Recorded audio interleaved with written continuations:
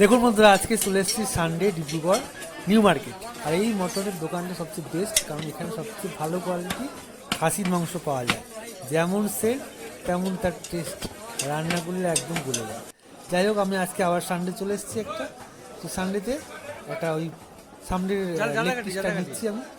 এই সামনের লেগ পিসটা খেতে কিন্তু হেভি লাগে। তো কমেন্ট করে আপনারা জানাবেন অবশ্যই যে আপনাদের এই লেগ পিসটা মানে ফ্রন্ট লেগটা খাসি মাংসে কেমন লাগে। তো এটা আমি কেটে দিচ্ছি। এখানে মটনের কেজি কোনো জায়গায় 700 টাকা বা কোনো জায়গায় একটু কম নেয়, 680 বা 660। যাই হোক, এখানে এরকমই নেয়। তো এখানে চেয়ে নিলাম মটনের সঙ্গে সঙ্গে একটু ওই মেটে মানে যাকে বলা হয় লিভার আর একটু চর্বি এক্সট্রা করে চেয়ে নিলাম। এবার এটা সুন্দর করে কেটে দেবে, দেখুন। আর এই এনার কাছ থেকে আমি পিকনিকের সময় মটন নিয়েছিলাম, দারুণ।